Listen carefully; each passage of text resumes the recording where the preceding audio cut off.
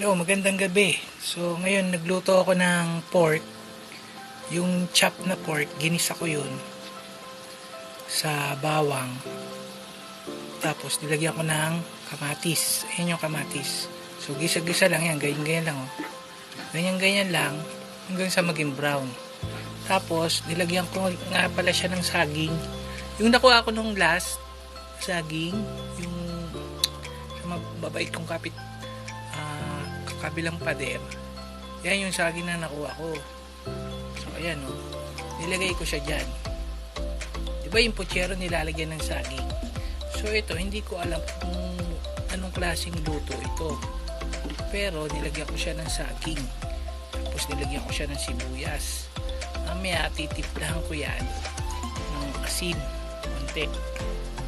Tapos, ilalagay ko kaya itong pwede na rin siguro itong ilagay itong talong. Ayan.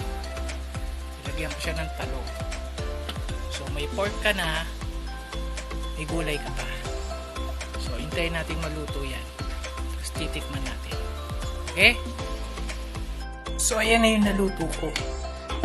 Nilagyan ko siya ng oyster sauce. Tapos dinagdagan ko lang siya ng konting tubig. Ayan na, luto na ang pork talong with saging. Di ba? Bago yan. Wala pa yan nakakadiskubre kundi ako lang. Scientist kasi ako. Di ba? Bago yan. Subukan niyo yan. Pakain niyo sa mga mahal niyo sa buhay. Tingnan niyo.